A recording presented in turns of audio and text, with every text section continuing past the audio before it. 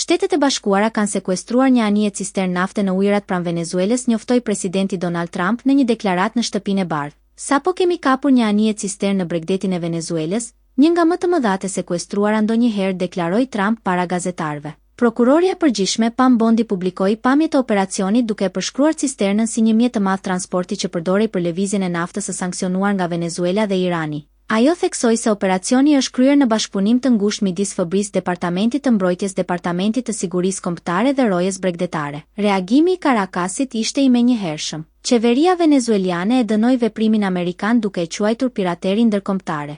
Presidenti Nicolas Maduro ka deklaruar se vendi i tij nuk do të kthehet kurrë në koloni nafte.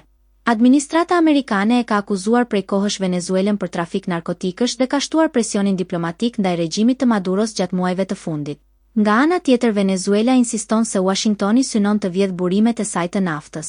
Pamjet e publikuara tregojnë momentet e ndërhyrjes. Një helikopter ushtarak qëndron pezull mbi cistern ndërsa trupa amerikane zbresin militar në kuvert të armatosur. Sipas një zyrtari të lartë ushtarak, helikopterët u nisën nga aeroplanmbajtësia US Gerald Ford e dislokuar në Karaibe muajin e kaluar.